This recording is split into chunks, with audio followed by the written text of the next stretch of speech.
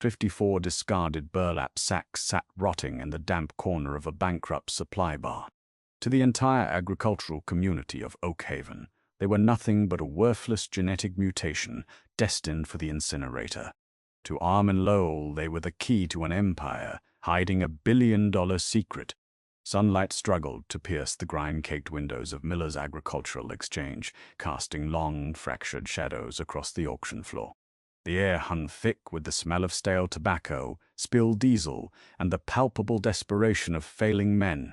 At the back of the room stood Armin Lowell. His denim jacket was frayed at the cuffs, and the deep lines etched into his weathered face told the story of 3 consecutive years of catastrophic crop failure. He owed $400,000 to Oakhaven National Bank, and Richard Caldwell, the bank's notoriously ruthless loan officer, had given him exactly 60 days to produce a miracle before foreclosure proceedings began. At the front of the room, the auctioneer droned on, liquidating the remaining assets of the collapsed Bio-Agri Research Cooperative. Tractors, irrigation pipes, and premium fertilizers had all been snapped up by the wealthy corporate farms. Armin had no money for any of that. He clutched a crumpled $10 bill and a smattering of loose coins in his pocket, his entire operating budget for the upcoming planting season. Lot 73, the auctioneer announced, his voice devoid of enthusiasm. He gestured to a pallet sagging under the weight of several dozen water-stained burlap sacks. Approximately 2,000 pounds of experimental wheat seed, the Fowler hybrid, uncertified, deemed unviable by the State Agricultural Board. Starting bid is $50. Silence blanketed the room. Every farmer in the county knew the story of Dr. Harrison Fowler. The brilliant but disgraced botanist had spent millions trying to engineer a hyper-resilient strain of wheat. He had promised a crop that could withstand drought, disease, and poor soil. Instead, the test fields had yielded nothing but stunted, blackened husks. The failure had bankrupted the cooperative and driven Fowler into obscurity. $50? The auctioneer repeated, wiping sweat from his forehead. Come on, folks. The burlap alone is worth 20. Do I hear 50? Not a single paddle was raised. Beside Armin, a heavy-set man named Tyler Granger let out a sharp scoff. Granger owned the sprawling 3,000-acre commercial farm adjacent to Armin's modest 70 acres. Granger had been trying to buy Armin out for pennies on the dollar for years, eager to bulldoze the Lowell farmhouse to make room for automated silos. "Ha ha ha ha! They ought to pay us to haul that garbage to the landfill," Granger muttered loudly, drawing chuckles from the surrounding crowd. Fowler was a lunatic. Those seeds are dead on arrival. The auctioneer sighed. $10. Do I hear $10 for the entire lot? Armin's fingers tightened around the crumpled bill in his pocket. His farm, nestled in a valley known as the Iron Basin, had soil so acidic and clay-heavy that standard commercial seeds choked and died within weeks. He couldn't afford premium soil amendments. He couldn't afford irrigation. He was facing total ruin. But as he stared at the sacks, he remembered an obscure article he had read years ago about Fowler's early greenhouse trials. Before the catastrophic field failures, Fowler had managed to produce wheat stalks as thick as bamboo. Something had gone wrong in the transition from the lab to the commercial fields, but the underlying genetics were still locked inside those shriveled kernels. Armin's hand shot up. Heads turned. Whispers rippled through the crowd. Granger stared at Armin as if he had lost his mind. $10 to Armin Lowell, the auctioneer said quickly, eager to move on. That we're here 15. Going once. Going twice. Sold to the desperate man in the back for $10. Mocking laughter echoed against the tin roof as Armin walked forward to claim his purchase. He ignored the stinging comments and the pitying stares. Loading the heavy, damp sacks into the bed of his rusted pickup truck was back-breaking work.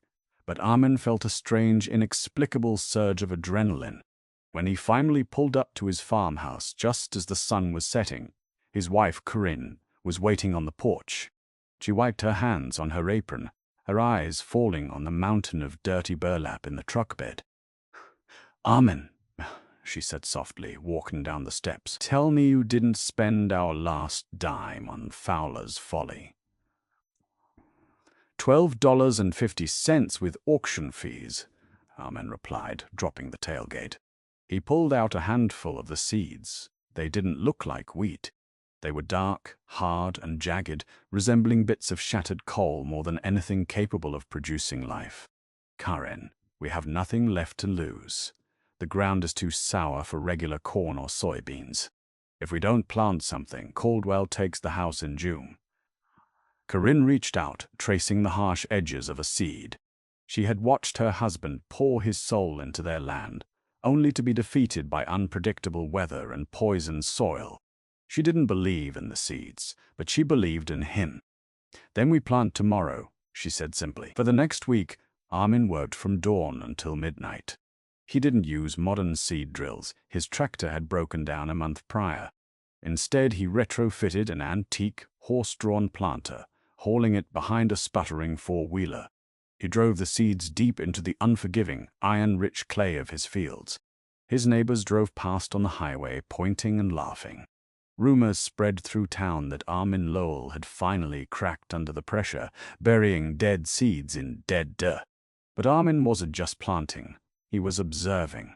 While emptying the final sack, his fingers had brushed against something hard wrapped in oilcloth, hidden deep within the burlap.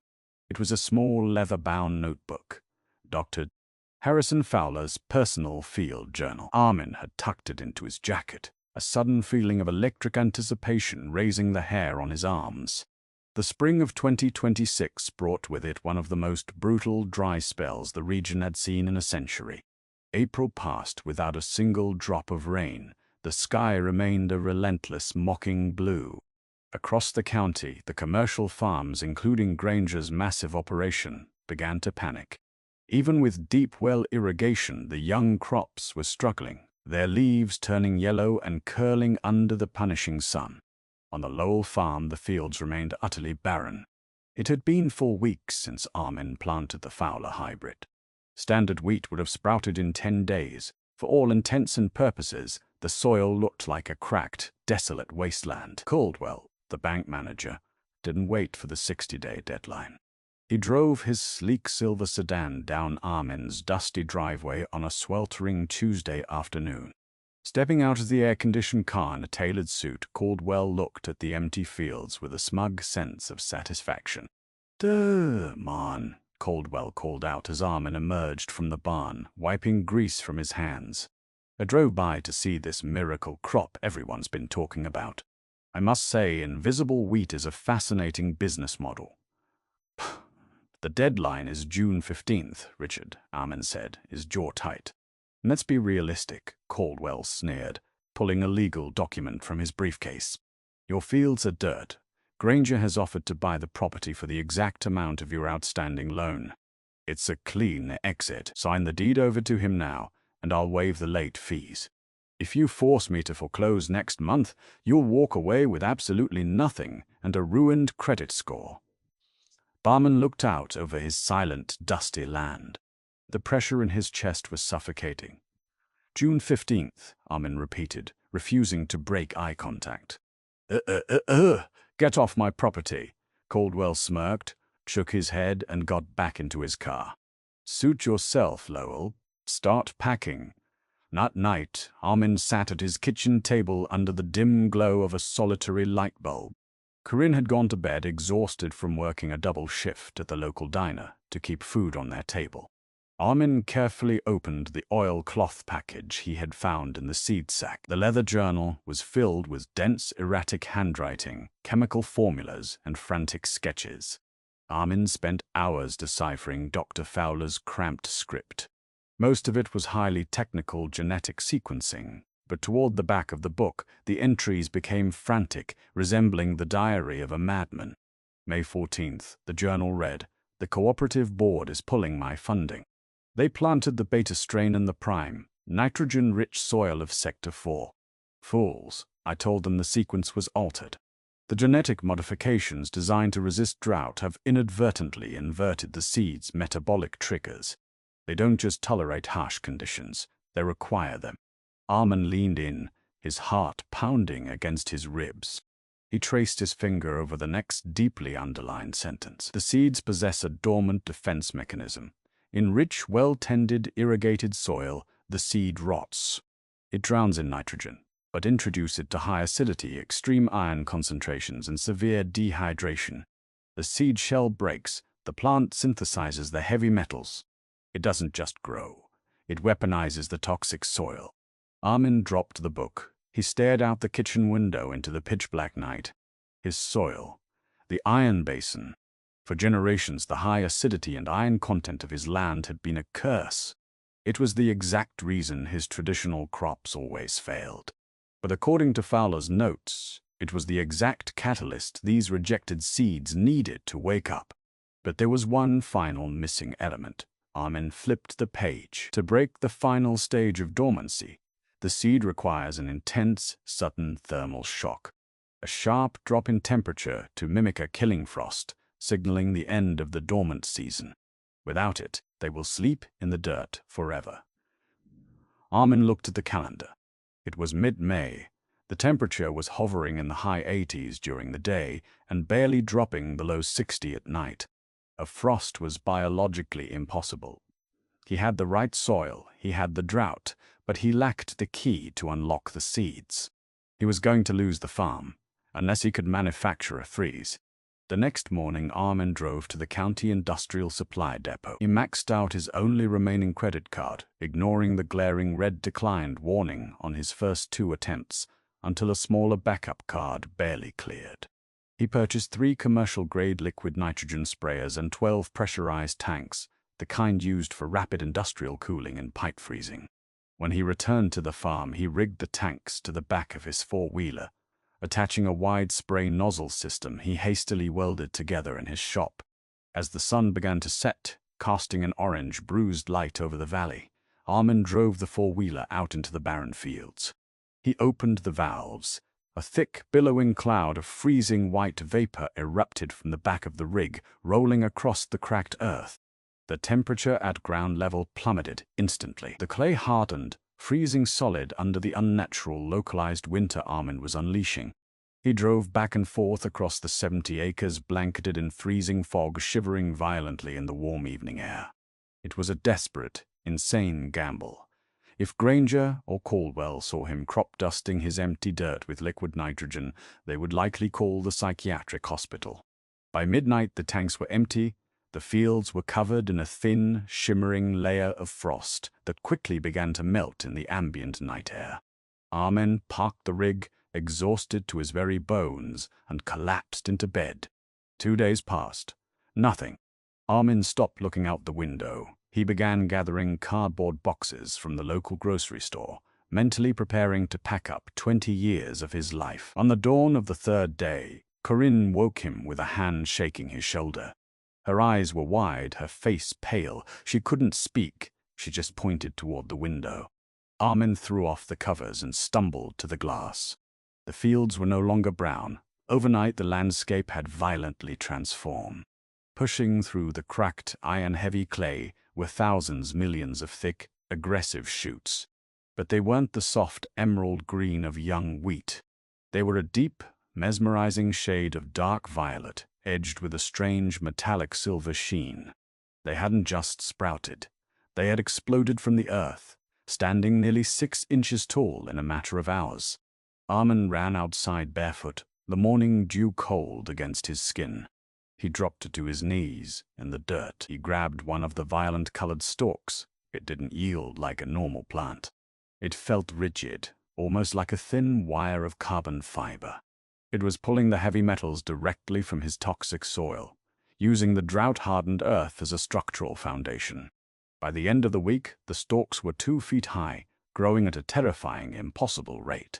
The root systems drove so deep into the clay that they began tapping into subterranean moisture reserves that standard crops could never reach. Word traveled faster than a wildfire. Cars began slowing down on the highway to stare at the alien-looking crop dominating the Lowell farm. While every other farm in Oakhaven was turning yellow and dying under the relentless sun, Armin's fields were a sea of thriving, metallic violet waves. Tyler Granger was the first to realize the magnitude of what was happening. Standing on the property line, he stared through a pair of binoculars, his face twisted in a mixture of disbelief and deep, toxic envy. Granger made a frantic phone call to Richard Caldwell. The narrative had shifted. Lowell wasn't just going to pay off his loan, he was sitting on a biological goldmine. And men like Granger and Caldwell were not about to let a desperate, indebted farmer keep $1 billion secret to himself. The sabotage was about to begin. Panic gripped the corporate agricultural elite of Oak Haven with an icy, suffocating hold. Tyler Granger paced the length of Richard Caldwell's mahogany-paneled office, chewing furiously on an unlit, expensive cigar. Armand Lowell's alien wheat had now reached an astonishing 4 feet in height, defying every known botanical law and thriving in the absolute worst drought in a century. Desperation drove Granger to propose deeply unethical, drastically illegal measures.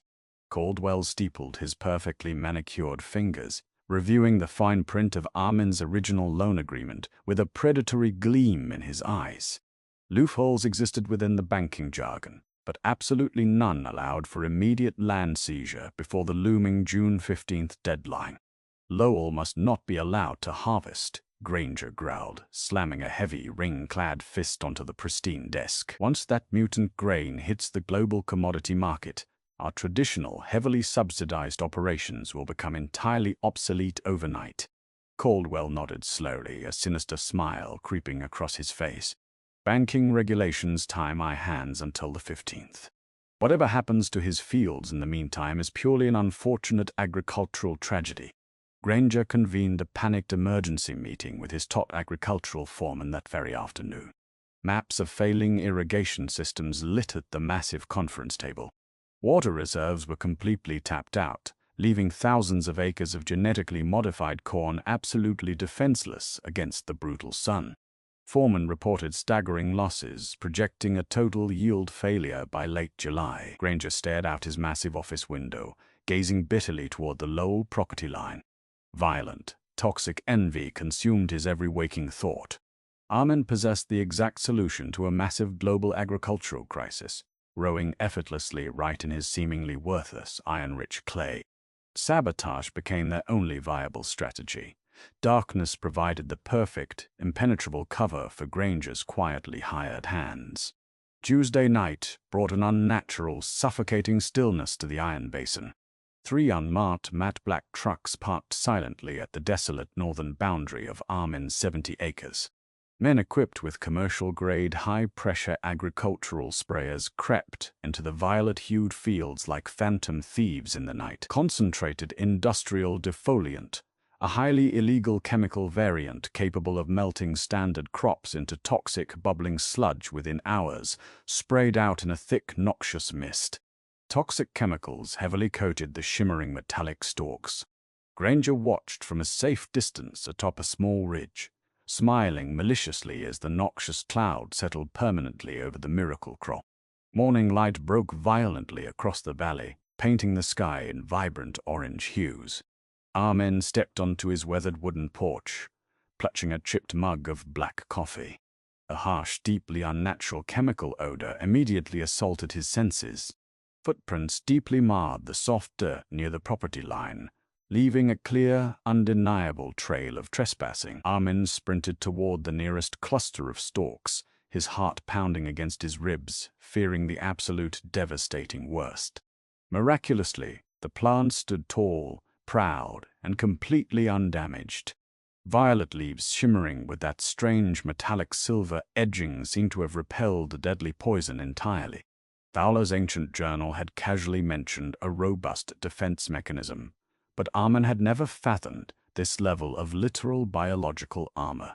Droplets of the deadly acidic herbicide simply beaded up and rolled harmlessly off the slick stalks, leaving the underlying plant structures completely unharmed and vigorously healthy. Furious at the total failure of his chemical attack, Granger immediately shifted his vicious tactics. Legal warfare seemed a safer, far more destructive route to ruin the Lowell family. Caldwell hastily drafted an emergency legal injunction, maliciously claiming the seeds Armand purchased were stolen intellectual property rightfully belonging to the defunct Bio-Agri Research Cooperative's remaining creditors.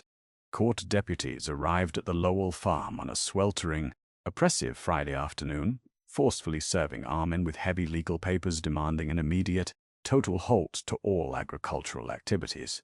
Corinne read the dense legal document, her work-worn hands trembling with quiet, righteous rage. Armin, they are actively trying to lock us out of our own fields just days before we can cut the grain. Fowler's journal conclusively proves these exact seeds were classified as unviable biological waste. Armin replied calmly, pulling the weathered leather-bound book from his deep jacket pocket.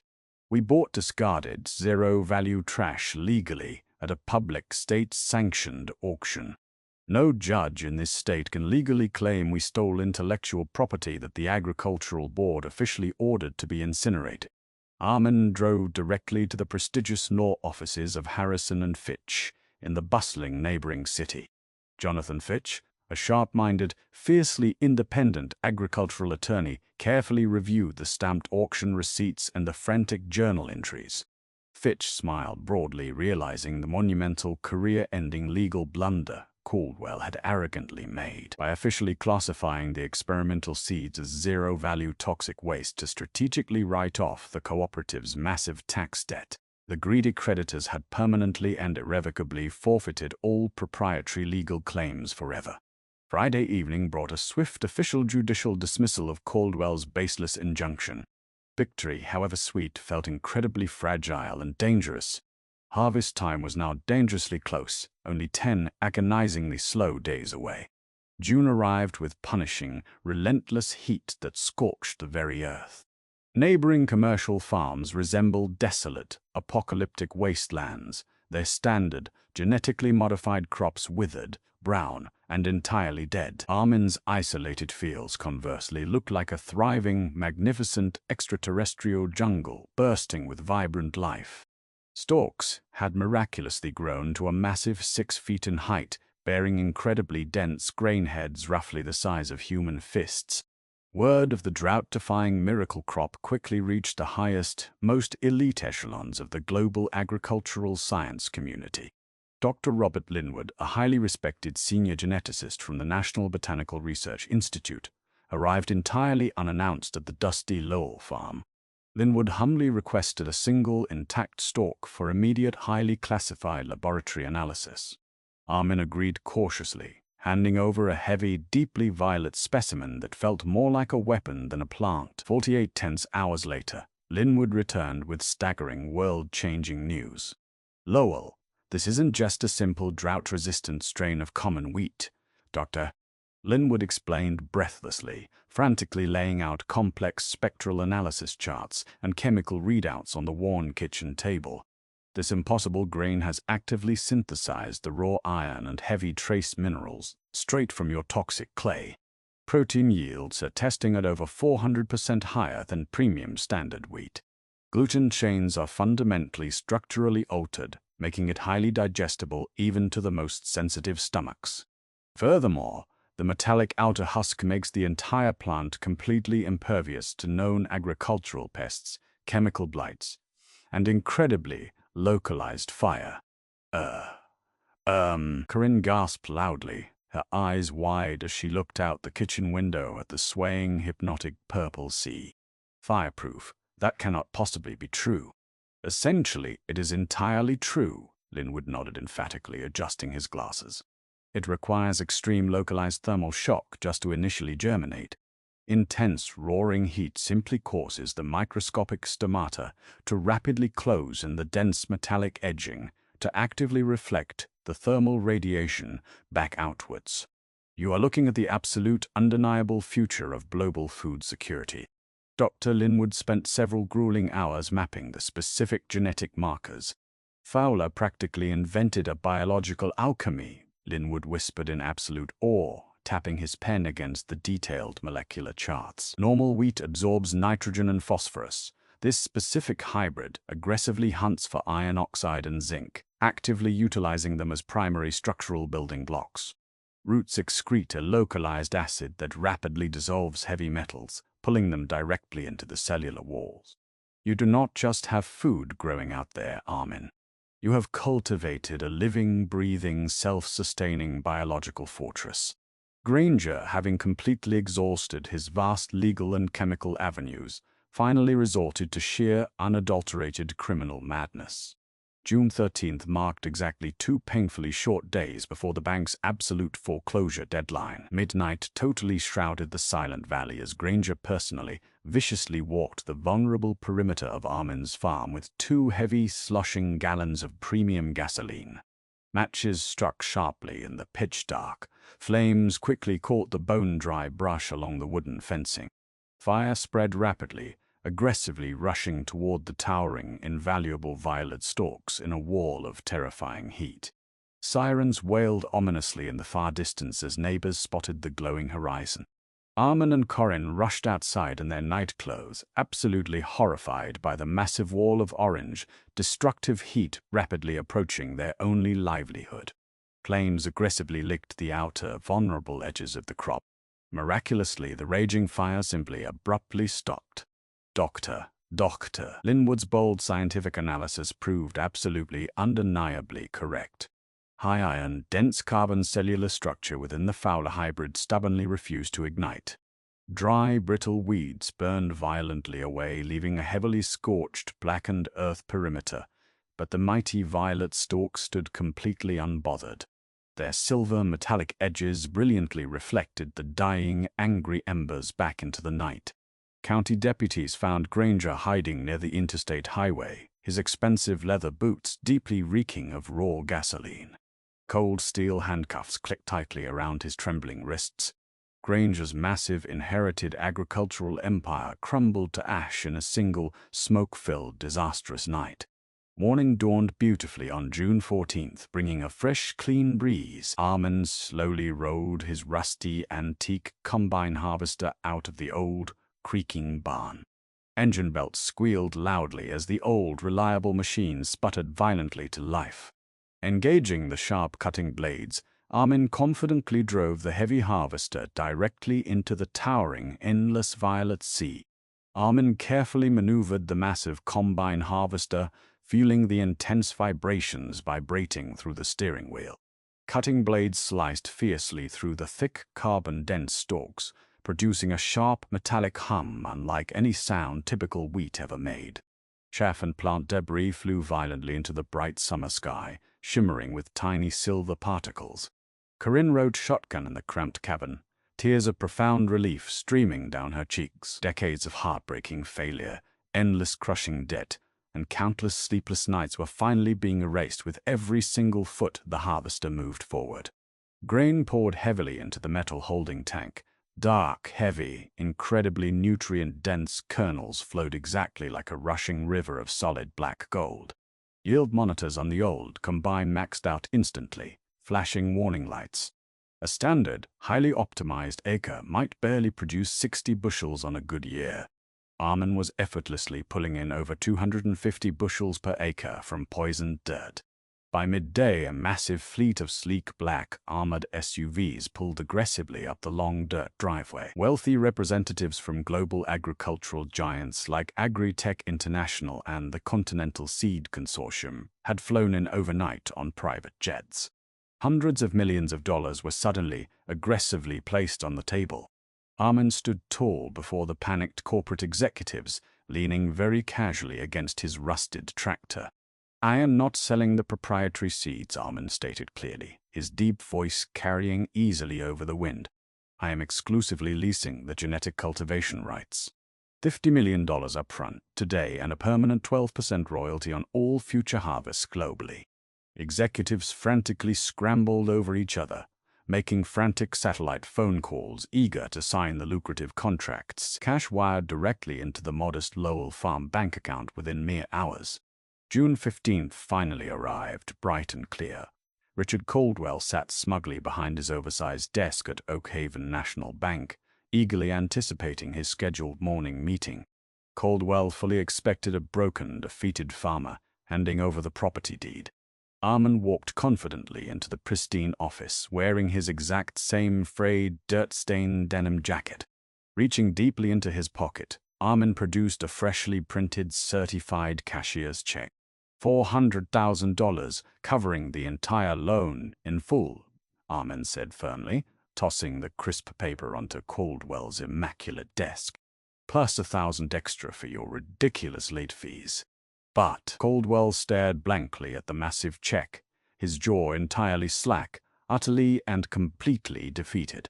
Armin turned sharply and walked out the glass doors, the heavy, crushing burden of debt, finally, permanently lifted from his tired shoulders.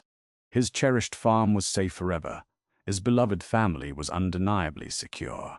Discarded sacks of rejected, forgotten seeds had truly built an unimaginable empire from the poison dirt. Did Armin's incredible journey from the brink of total ruin to agricultural dominance inspire you? Sometimes the greatest treasures are hidden inside the exact things everyone else rejects. Hit that like button if you love a story of ultimate underdog redemption. Share this incredible tale with your friends and make sure to subscribe to our channel for more amazing real-life stories of triumph against all odds.